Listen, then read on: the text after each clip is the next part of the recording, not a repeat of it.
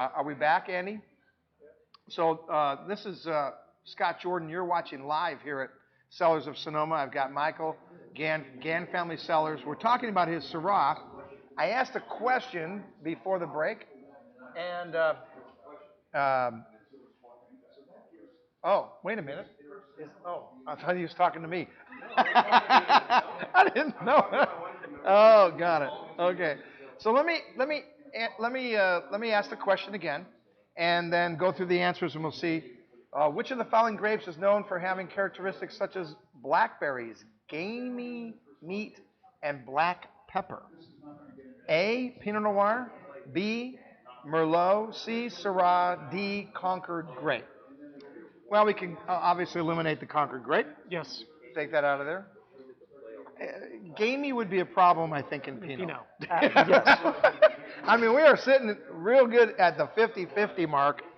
Dan from Iowa, he guessed C. Syrah. That's what I would look for. I'm thinking that if gamey meat's a little tough for Merlot. Merlot, that might be a tough one. Yeah. So the answer is C. Syrah. Dan, good job. You win absolutely nothing. Sorry, Dan. But we'll send you a wine opener or something. He's a great guy. He's been tuning in for a long time now. So this is Syrah's a grape, can produce full-bodied, dark, strong wines. No doubt about it. That proved it right here. Yes. That's too nice to waste. Throwing it away. God, I love that. Showing really well. All right. So here's our contest, okay? A bottle of wine for $1. You get a bottle of wine for $1. Every week that we don't get a winner, we pull another name. But what I'm going to do is I've been putting the names back in for the local folks. If it's a local person, I'm keeping the name out. So that means you got to come back in, do the tasting again to get back in the contest. Right. Just to make it, fair and fun, right? Okay, so here we go. All right, drum roll. Can anybody do a drum roll here? Oh, man. Julie. Is that? Oh, you're going to make me put my glasses well, on. You already got your glasses on. I know. You can't read it? Well, I don't know what that letter is. It's not a school I ever went to. Julie Roulon. Oh, yeah, I see it up here. Julie Roulon. Julie Roulon. It's an 816 area code. I won't give you the rest of the phone number. I have no idea. It's some other part of the world. Okay, that's the next question. Who Julie, can tag us back with what's the 816 area code? Somebody Ohio look up or something. 816, right?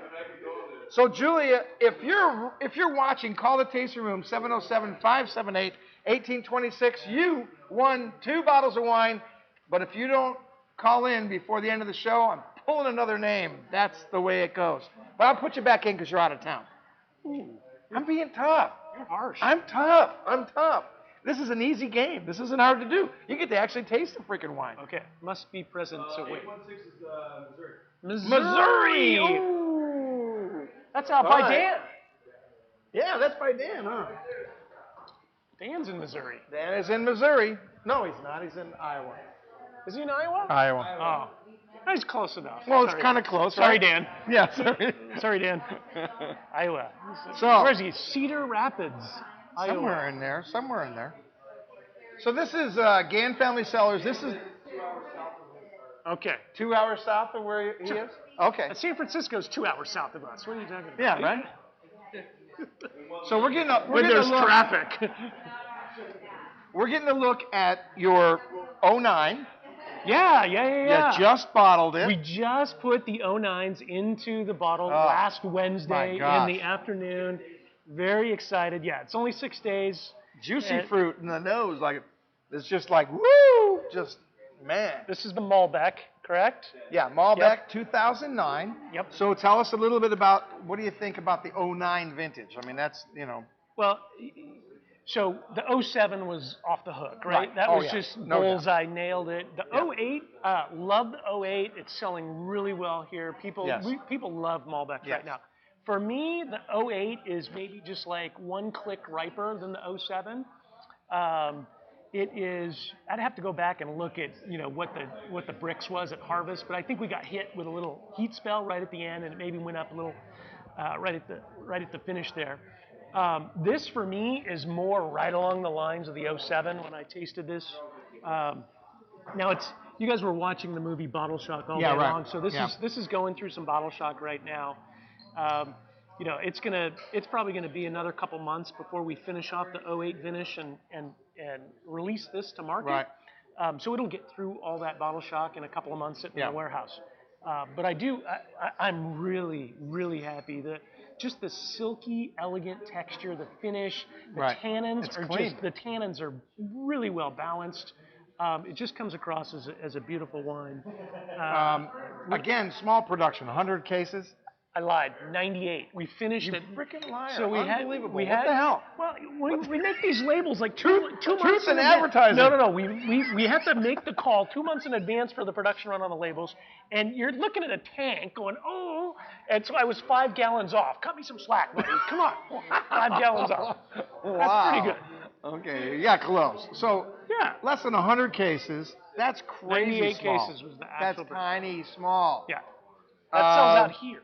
Yeah, and that'll by the time we release this, it'll probably be a $50 wine. What do you think? Jeez, we getting close to that? No, we're at 36 right now in the '08. Okay. And could it maybe go to 38? Change the economy and get this country going, and maybe we can bump that up a little. You have a little more spending money. Yeah. So, I was just looking, alcohol pretty low on it, 14.2. Yeah. I mean, for a big wine like that. And that's more in line with the '07. I think the '08 was more like 14.4, 14.6, so it was a little riper, a little more alcohol. This one's I like this one a lot. Well, there's a lot of talk about the lower alcohol wines, winemakers trying to get in that groove a little bit, and there's a lot of controversy about the lower alcohol. And I'm starting to see some red wines coming in that are not 15.6. I guess I'm just worried here that we got the tail wagging the dog, right? So let's make sure that we're actually picking grapes when they're physiologically ripe, when they've got the flavors that we're looking for. Right. And let's not worry too much. Let's not get so laser focused on bricks that we're making all our pick decisions just on bricks. I don't subscribe to that philosophy of winemaking. I don't. Well, you balance the wine out, and that really makes a big difference, too. A lot of winemakers, when they go after that higher brick and really super ripe fruit, sometimes they screw it up by not making a balanced wine. Then the thing's hot, and it's just smoking hot. Yep. But it's nice. And potentially 14.2, that's... And potentially not age-worthy either. No, they didn't gain a whole lot. No, not at all. So, a little prelim. You got any questions? Yes, I do. All right, put your mic up. So Dan from Iowa, he asked, Michael, how long do you allow the wine to rest in the bottle prior to release? Oh, it's a great question. So part of it, Dan, part of that is market.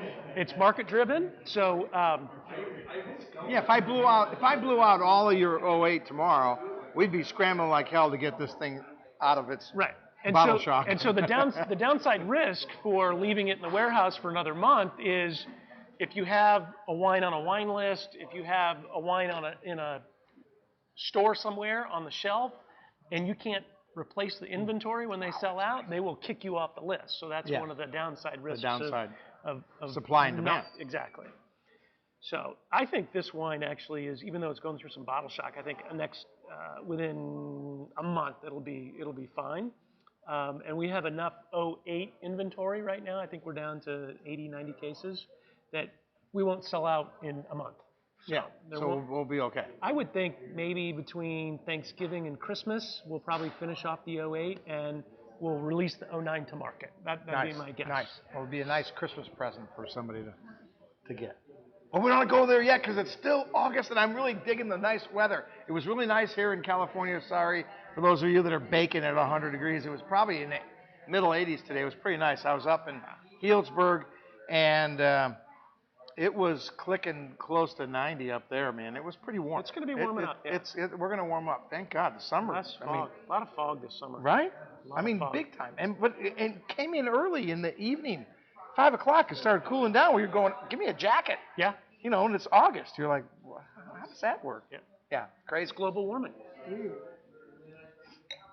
Don't get me started. Don't get me started. Okay, so let me give you guys a little idea of what's going on here at Cellars of Sonoma. Our calendar for August is rocking and rolling, baby. Every Tuesday in August, I've got a winemaker.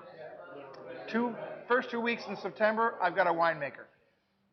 This Thursday, I've got Joseph Jewell, our newest vintner. These guys will be coming in, going through their great portfolio.